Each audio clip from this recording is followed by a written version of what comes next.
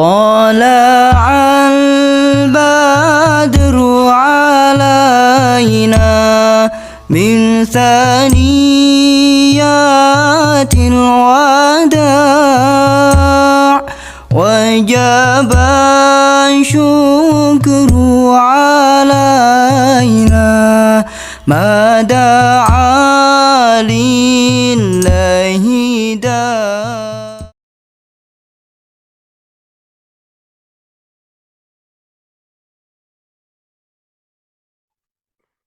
Bismillahirrahmanirrahim. Assalamualaikum warahmatullahi wabarakatuh. Alhamdulillahirabbil alamin wassalatu wassalamu ala asyrafil anbiya'i wal mursalin wa ala alihi wa sahbihi ajma'in. Asyhadu an la ilaha illallah wahdahu la syarikalah wa asyhadu anna Muhammadan abduhu wa rasuluh la nabiyya ba'dah. Bapak Ibu, hafidhakumullah, alhamdulillah.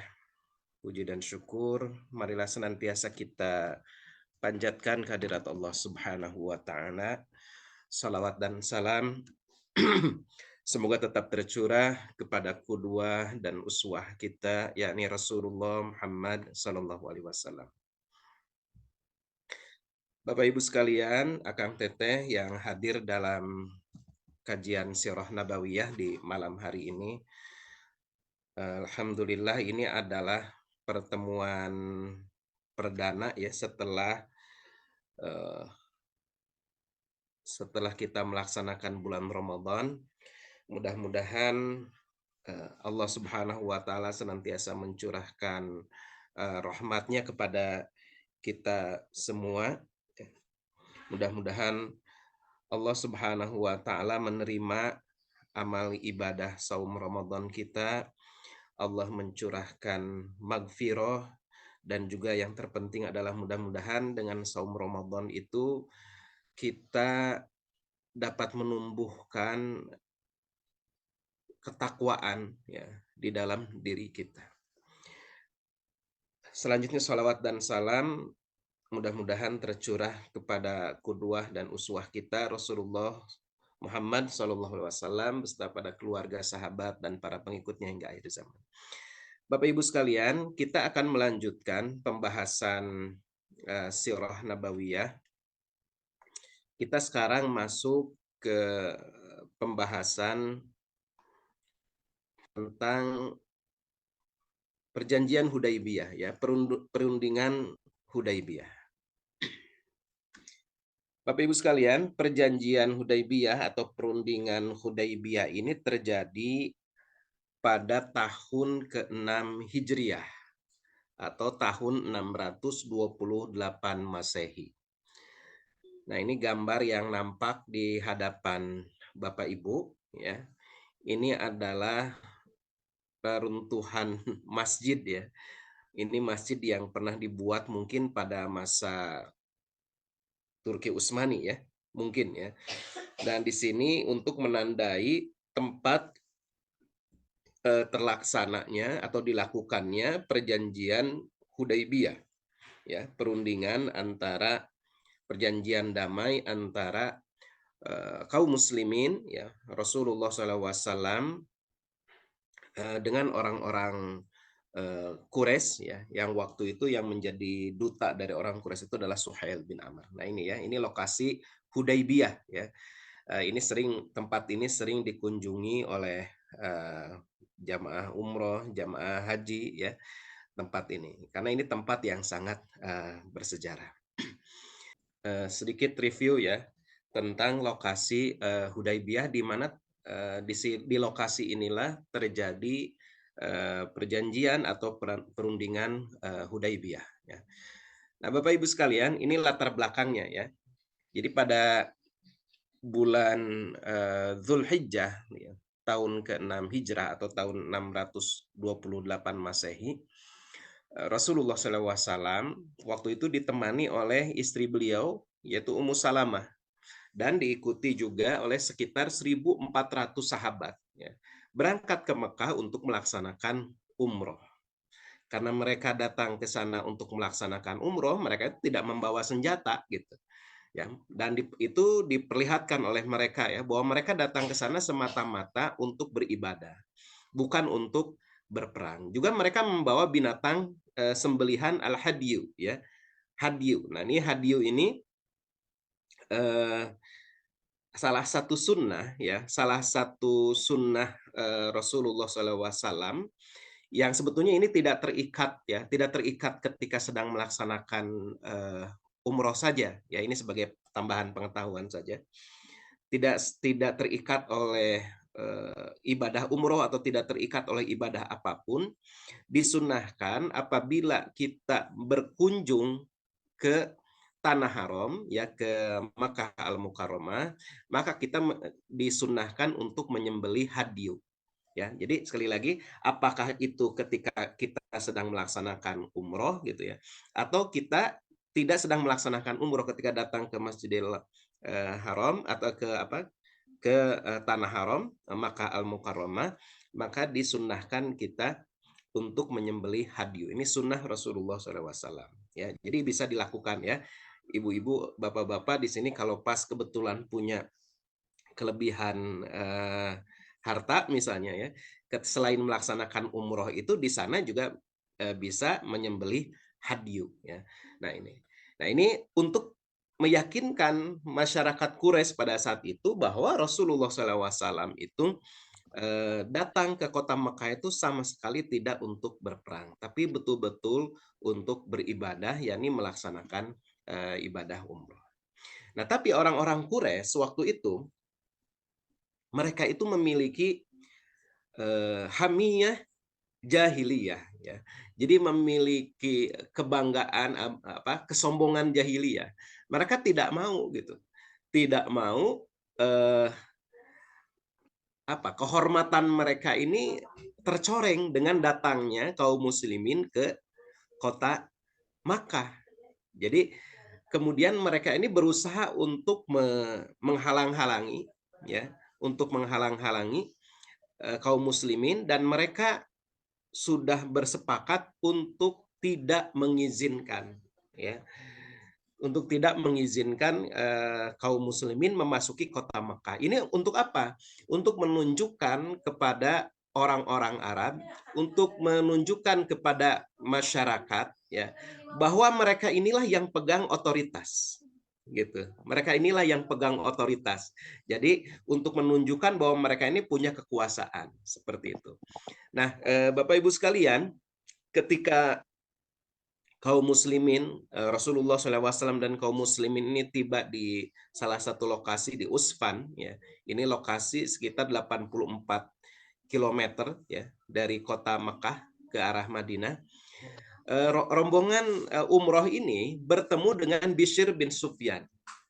Kemudian dikabarkan bahwa ternyata orang-orang Quraisy itu sudah bersumpah di sebuah lokasi, mereka bareng-bareng semua berkumpul, kemudian namanya di lokasi Dzutuwa namanya, untuk tidak mengizinkan rombongan dari Madinah ini memasuki kota Makkah.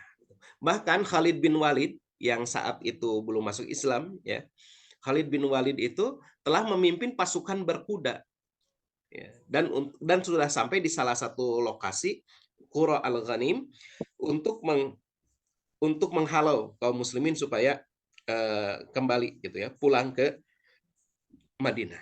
Nah, ketika mengetahui situasi seperti itu ya, kaum muslimin tetap bertekad untuk mendekati Makkah gitu.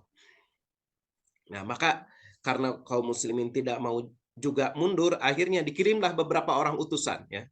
Pertama, orang Quraisy mengutus dulu Budail bin Warqa al-Khuzai. Lalu tetap ya, kaum muslimin tetap pergi mendekati Mekah. Lalu diutus lagi utusan yang kedua, Mikhraj bin Hafiz. Lalu setelah itu tetap kaum muslimin melaju ya mendekati Makkah.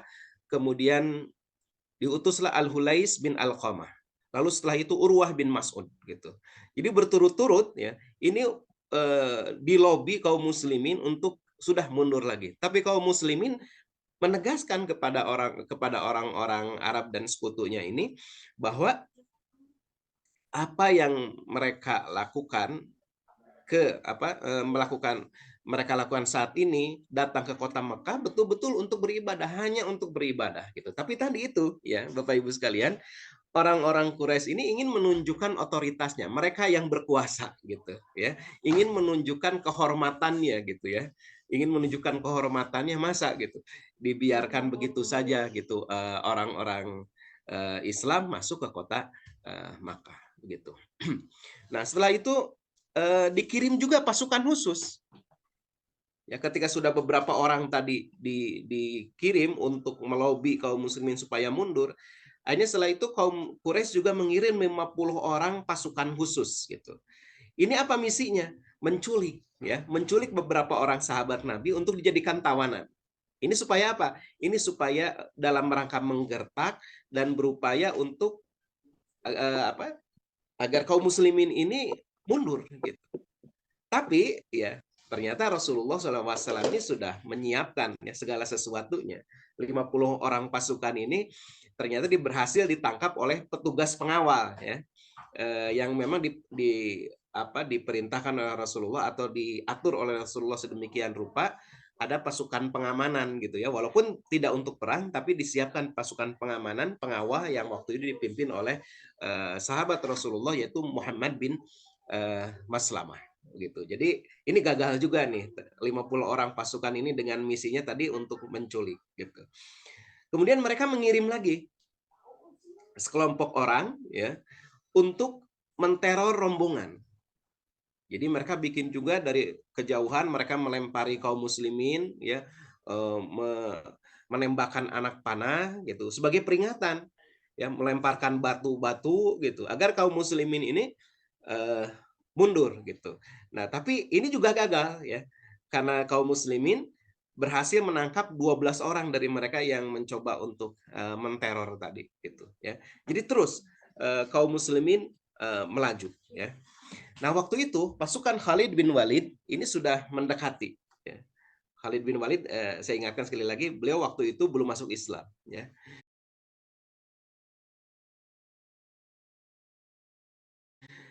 Khalid bin Walid mendekati dan memantau ya pergerakan kaum muslimin dari kejauhan. Nah, waktu itu menyaksikan bahwa kaum muslimin ini melaksanakan sholat duhur. Ya. Setelah sholat duhur, kemudian menjelang datangnya waktu asar, Khalid kemudian merencanakan untuk melakukan penyerangan. Jadi menurut Khalid ini adalah waktu yang tepat ketika kaum muslimin sedang sholat, maka ini adalah waktu yang tepat untuk melakukan penyerangan gitu ya, untuk melakukan penyerangan. Tapi ternyata gitu. Nah, di sini ya Allah Subhanahu wa taala menurunkan wahyu kepada Rasulullah SAW tentang apa? Tentang situasi yang tidak aman ini. Dan kemudian memerintahkan kepada kaum muslimin ketika melaksanakan sholat asar itu dengan tata cara khusus. Nah, disinilah diturunkan wahyu tentang sholat khauf. Ya. Dalam Quran surat An-Nisa ayat 102. Wa idza kunta fihim fa aqamta lahumus shalah, dan seterusnya ya. Apabila engkau Muhammad berada di tengah-tengah mereka, sahabatmu, lalu engkau hendak melaksanakan salat bersama-sama dengan mereka, nah maka ada dijelaskan ya dalam Quran surat An-Nisa, silahkan dicek ya. Surat An-Nisa 102 bagaimana tata cara melaksanakan salat dalam keadaan khauf, dalam keadaan tidak aman. Nah, disinilah Bapak Ibu sekalian, Khalid bin Walid ini mulai berpikir, ini bagaimana mungkin? Jadi mereka ketika Khalid bin Walid ini akan melakukan penyerangan, ternyata kaum muslimin sudah melakukan sholat asar dengan tata cara yang berbeda dengan sholat sebelumnya.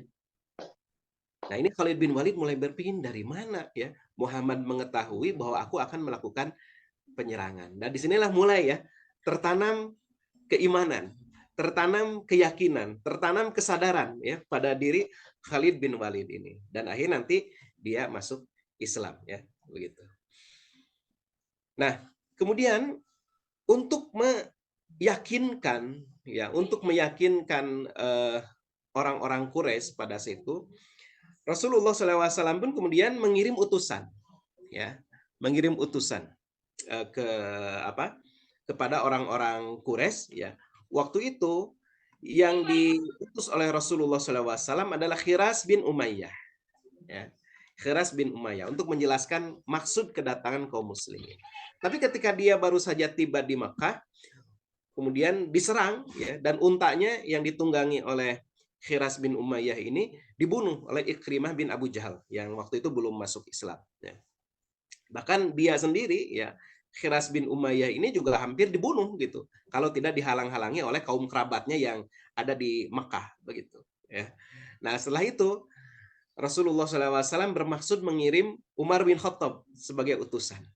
Ya.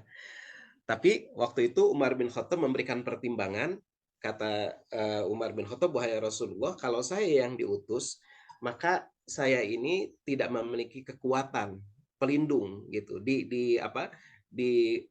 di Mekah, karena Bani Adi ini posisinya lemah di Mekah itu. Bani Adi ini adalah kabilahnya Umar bin Khattab, ya, gitu. Dan pada saat itu memang sedang terjadi juga suhu politik di Mekah ya, sedang terjadi persaingan ya, kepemimpinan gitu. Nah, oleh karena itu kata Umar bin Khattab, saya anjurkan yang lain, orang yang lain gitu. Nah, akhirnya Rasulullah SAW mengutus Utsman bin Affan ya, mengutus Utsman bin Affan untuk menemui kaum Quraisy ya.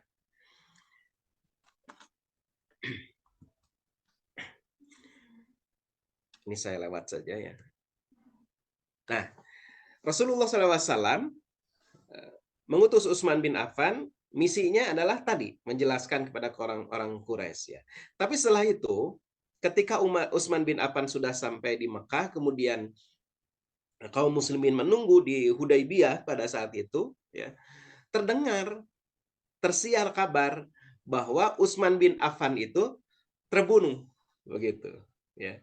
Nah, disinilah kemudian Rasulullah SAW melakukan pembaiatan ya, pembaiatan kepada para sahabat, kesiapan ya para sahabat, meminta kesiapan para sahabat untuk bersiap berperang gitu, karena situasinya sudah tidak aman gitu ya, dianggap sudah tidak aman karena terdengar kabar tadi ya, terdengar kabar bahwa Utsman bin Affan itu terbunuh gitu.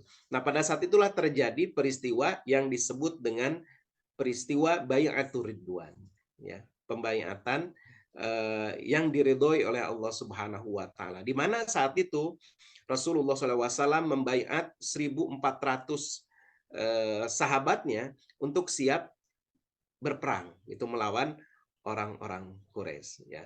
Nah, mengetahui hal itu, kemudian Quraisy mengutus Suhail bin Amr ya. Mengutus Suhail bin Amr.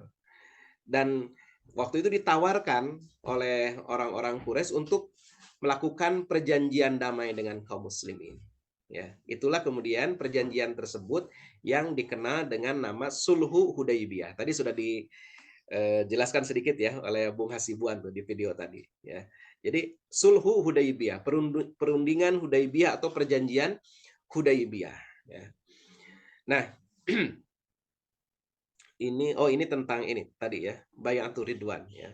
Ini kisah tentang Bai'atur Ridwan diceritakan di dalam Quran surat Al-Fat ayat 19 ya. Laqad radiyallahu 'anil mu'minina id yubayyi'unaka tahta asy-syajarati fa'alima ma fi qulubihim fanzala sakinata 'alaihim wa athabahum fathan qariba. Ya, sesungguhnya Allah telah ridho terhadap orang-orang mukmin ketika mereka berjanji setia kepadamu di bawah pohon ya. Waktu itu di area Hudaybiyah itu ada pohon yang kemudian di bawah pohon itu kaum muslimin berbaiat ya. Tapi pohon tersebut pada masa Umar bin Khattab itu ditebang ya oleh Umar bin Khattab karena Umar melihat situasi banyak orang-orang yang mengunjungi ya tempat itu, kemudian melakukan berbagai macam ritual-ritual gitu. Akhirnya Umar bin Khattab merasa khawatir ya, maka kemudian ditebanglah pohon itu oleh Umar bin Khattab ya. Wallahu a'lam bishawab. Nah, ini ya. Terjadi Bai'atur Ridwan di lokasi yang tadi ya, lokasi Hudaybiyah yang tadi di videonya sudah kita lihat di awal. Nah, ketika orang-orang Quraisy menawarkan perdamaian, maka Rasulullah SAW langsung menyetujuinya.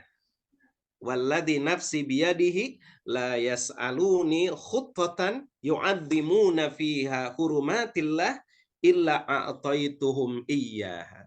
Demi zat yang jiwaku berada di tangannya, kata Rasulullah, tidaklah mereka meminta sesuatu, dalam hal ini perdamaian, ya, yang akan menyebabkan mereka mengagungkan kemuliaan Allah, yakni tidak berperang di tanah haram, ya, kecuali aku akan memberikan sesuatu tersebut. Nah, ini Ibnu Hajar menjelaskan ya dalam Fathul Bari bahwa ini maksud mereka mengagungkan kemuliaan Allah adalah meninggalkan peperangan di tanah haram. Ya.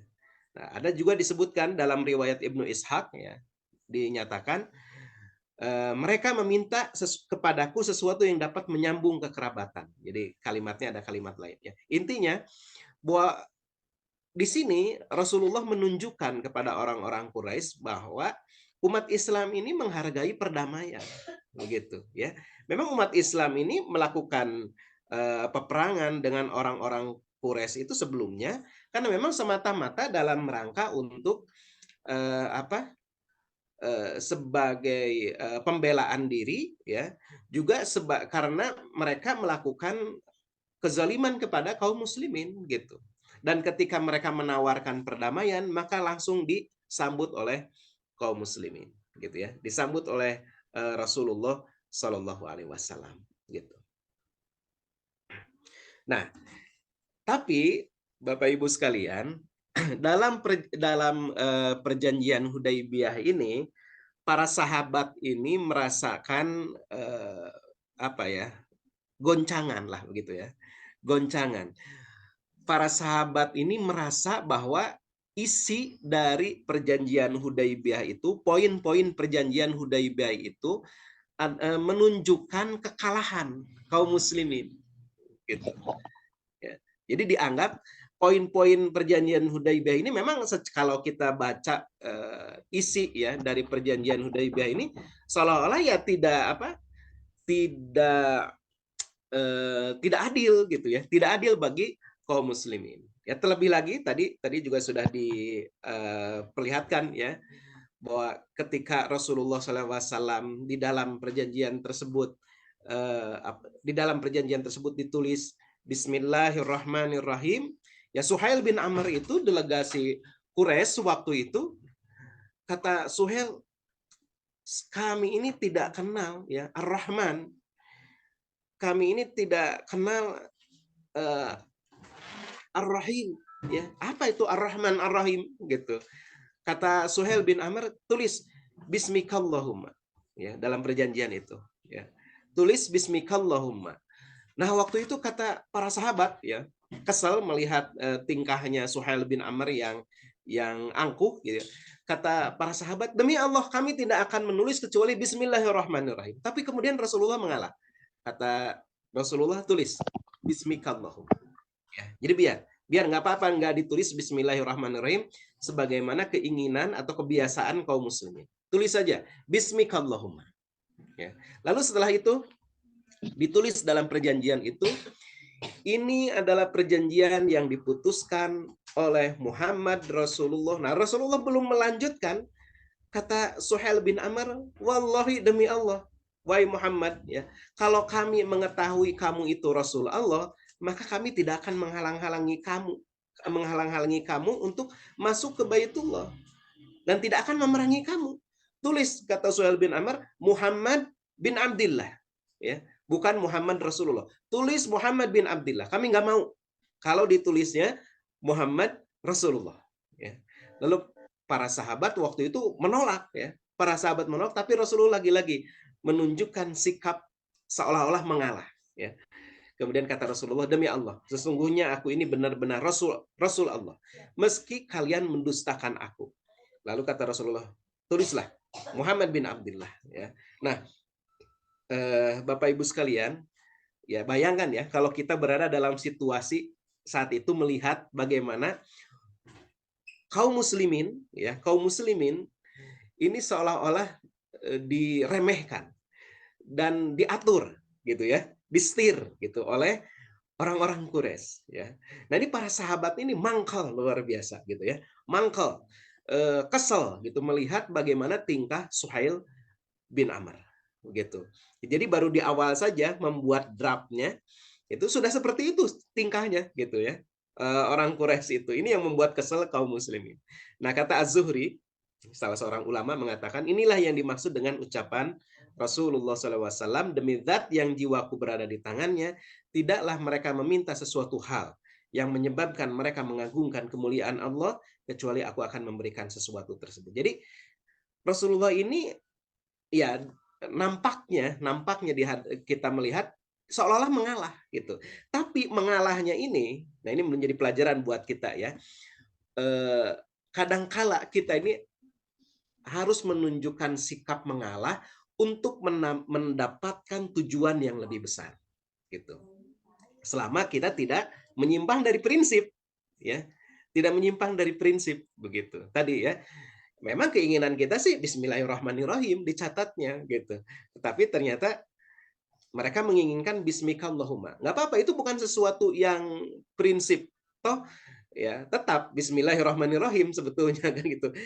Mau dicatat tidak dicatat seperti itu tetap Bismillahirrahmanirrahim. Ya kita ini dalam setiap kehidupan itu. Nah itu ya. Jadi juga tadi misalnya mau ditulis Muhammad Rasulullah, ternyata mereka menolak ya. Ya mereka mau mengakui Muhammad itu Rasul atau enggak ya Muhammad itu Rasulullah tetap gitu ya.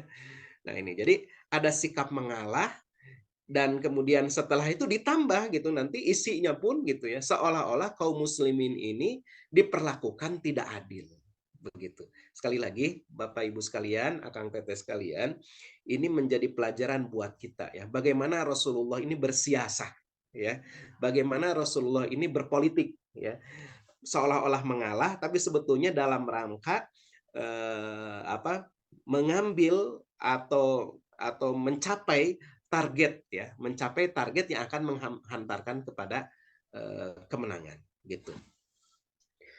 Para sahabat ini semakin mangkal ya, semakin kesal ketika di salah satu butir perjanjian tersebut, yaitu butir perjanjian yang keempat itu ketika dibahas itu ditulis jika ada orang Quraisy yang melarikan diri kepada Muhammad tanpa seizin walinya, maka Muhammad harus mengembalikan kepada orang Quraisy.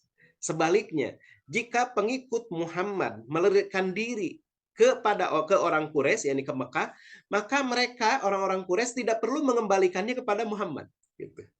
Nah, coba perhatikan ya, Bapak Ibu sekalian, ini tidak adil gitu. Kalau orang Quraisy ada yang melarikan diri ya dari Mekah, ada yang melarikan diri ke Madinah, harus dikembalikan ke Mekah. Tapi kalau dari Madinah ada yang melarikan diri ke Mekah, tidak perlu dikembalikan. Itu ya. Nah, ini tidak adil sebetulnya. Tapi Rasulullah menerima poin ini gitu ya. Ketika dibahas itu, dibikin draftnya itu. Nah, kemudian setelah itu datanglah ketika sedang membicarakan perjanjian Hudaybiyah ini, datanglah Abu Jandal bin Suhail.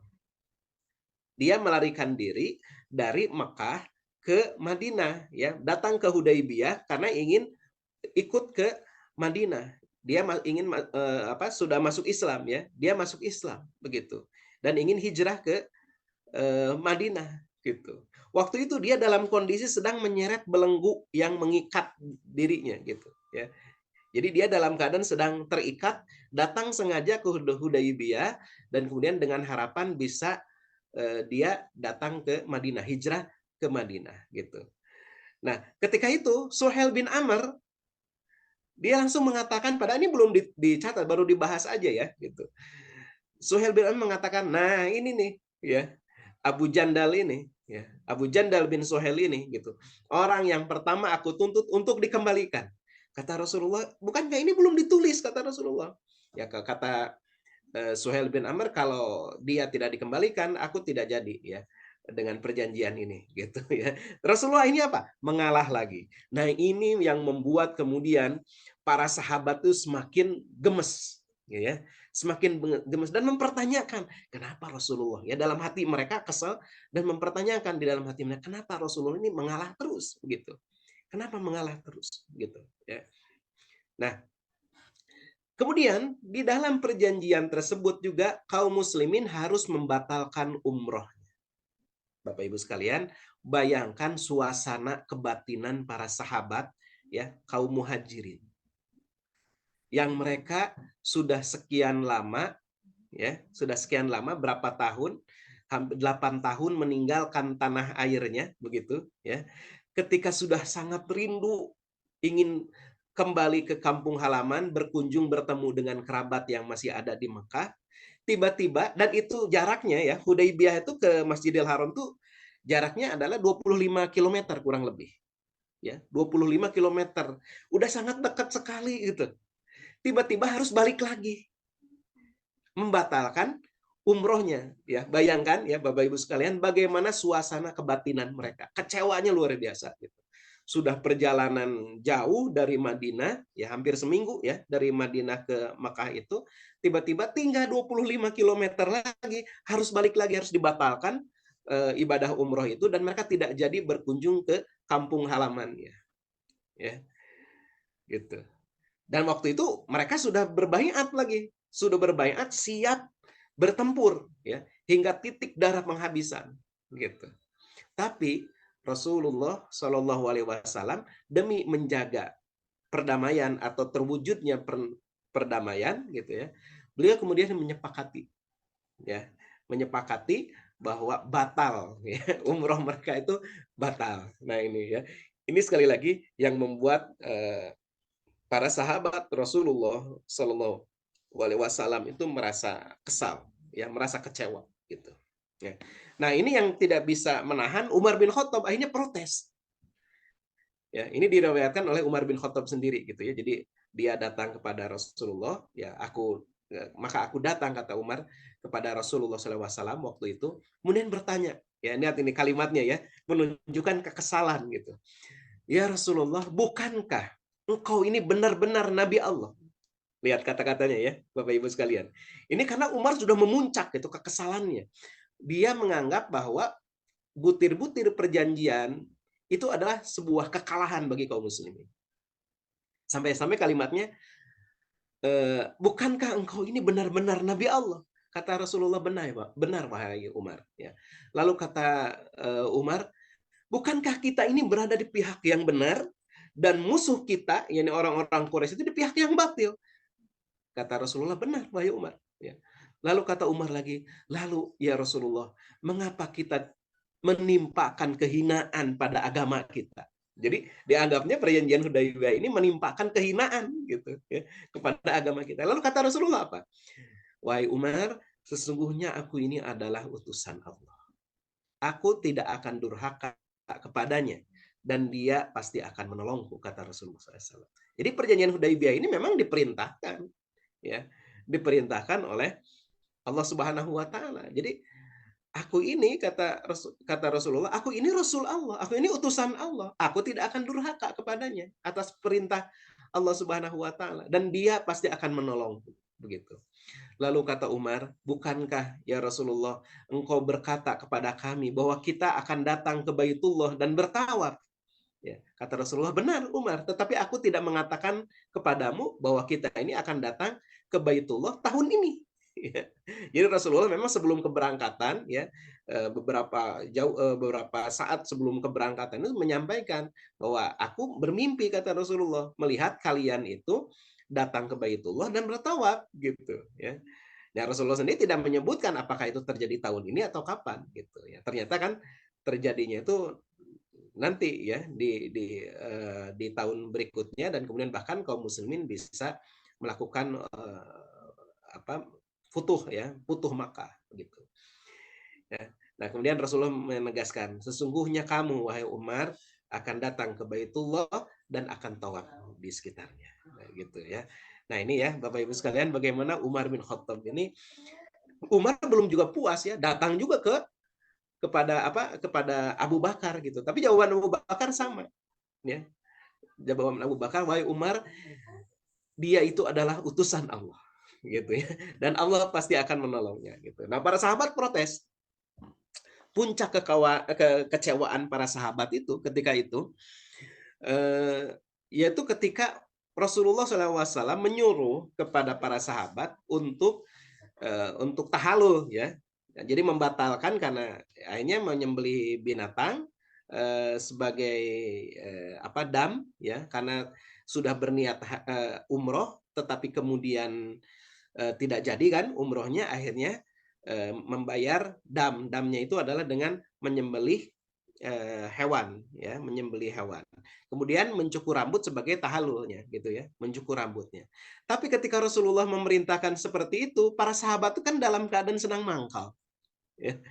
Para sahabat dalam keadaan sedang kecewa. Tidak ada di antara mereka itu yang bersegera gitu melaksanakan apa yang diperintahkan oleh Rasulullah SAW. Nah, sampai Rasulullah juga agak sedikit gusar ya ketika para sahabat bersikap seperti itu. Lalu datanglah ke kemahnya, dan di sana ada Ummu Salamah. Kata Ummu Salamah, ya Rasulullah,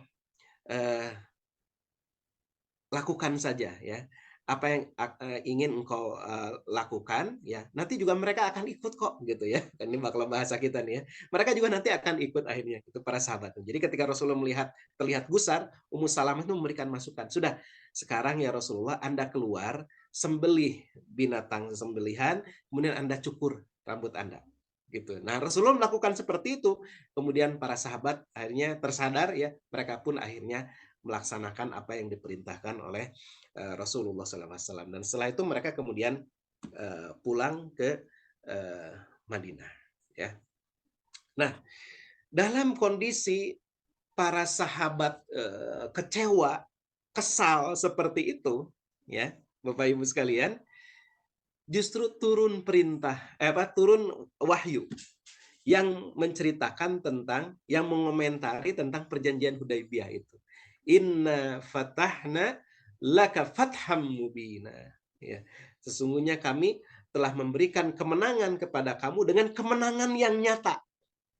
Ya, jadi perjanjian Hudaibiyah yang dianggap oleh kaum muslimin, oleh para sahabat waktu itu sebagai sebuah kekalahan, justru dikomentari oleh Allah Subhanahu wa taala, inna fatahna laka fatham mubina. Sesungguhnya kami telah memberikan kemenangan kepada kamu, fatham mubina, kemenangannya pun kemenangan yang nyata gitu. Nah, inilah lagi-lagi ya, menyadarkan kaum muslimin, menyadarkan para sahabat ya tentang hakikat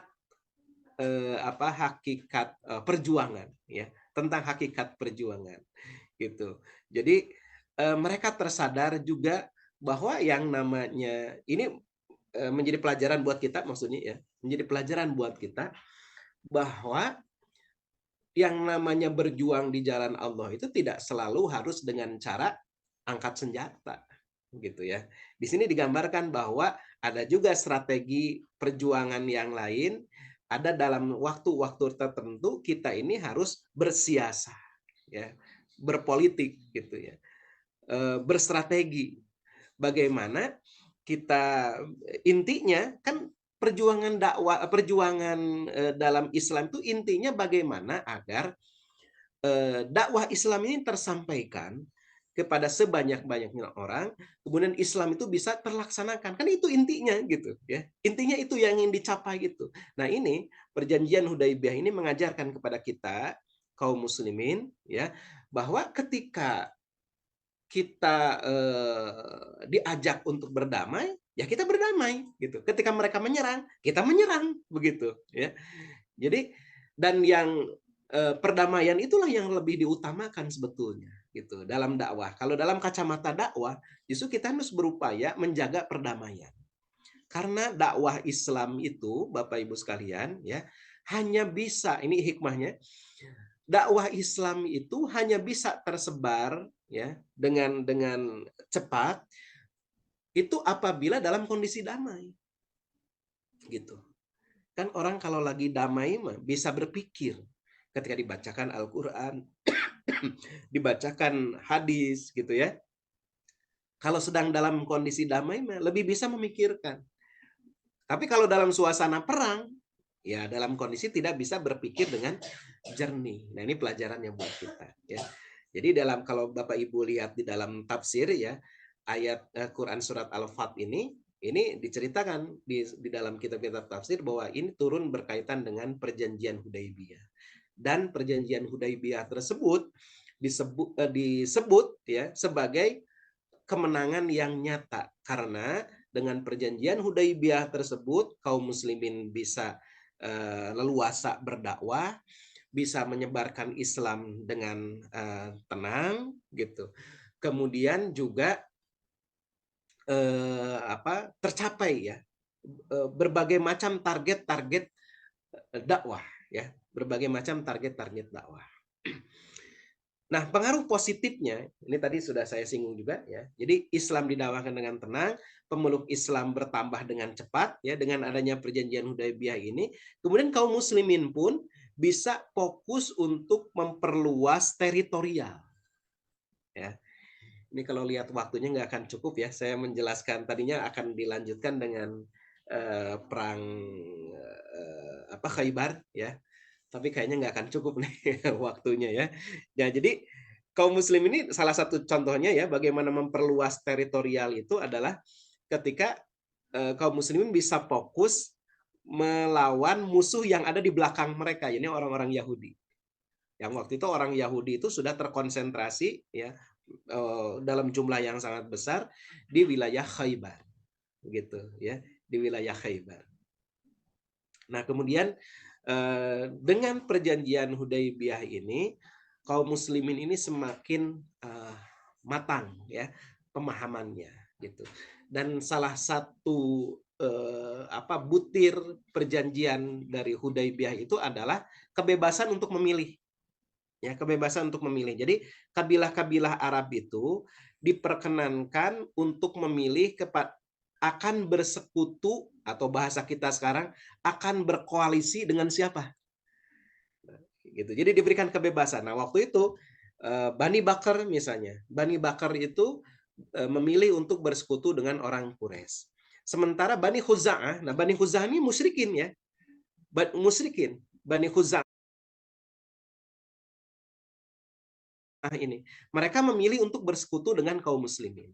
Berkoalisi, berdamai dengan kaum muslimin, ya. Bersekutu, saling menjaga, saling membela gitu. Nah, ini waktu itu sehingga orang itu tidak lagi dihalang-halangi untuk berhubungan dengan kaum muslimin, bekerja sama dengan kaum muslimin. Nah, ini ya dengan perjanjian Hudaibiyah tersebut ya. Ini sebuah manfaat yang demikian besar yang dirasakan oleh dakwah Islam. Ya, itu ya gambaran bagaimana dalam kondisi damai Islam bisa disebarkan ya dengan leluasa tanpa adanya gangguan ya. Nah, Bapak Ibu sekalian, ini tadinya kita mau masuk ke perang Khaybar tapi sudah larut malam. Insya Allah kita akan bahas tentang perang Khaybar di pertemuan selanjutnya ya. Jadi Bu Angke, kayaknya ini saya cukupkan saja sampai di sini. Insya Allah kita lanjut ya pembahasan tentang perang Khaybar di pertemuan selanjutnya di minggu keempat, insya Allah. Itu saja yang dapat saya sampaikan. Aku qouli hadza wa astaghfirullah li wa lakum. Assalamualaikum warahmatullahi wabarakatuh. Waalaikumsalam warahmatullahi wabarakatuh. Jazakallah khair, jazakumullah khair pada hadirin semuanya.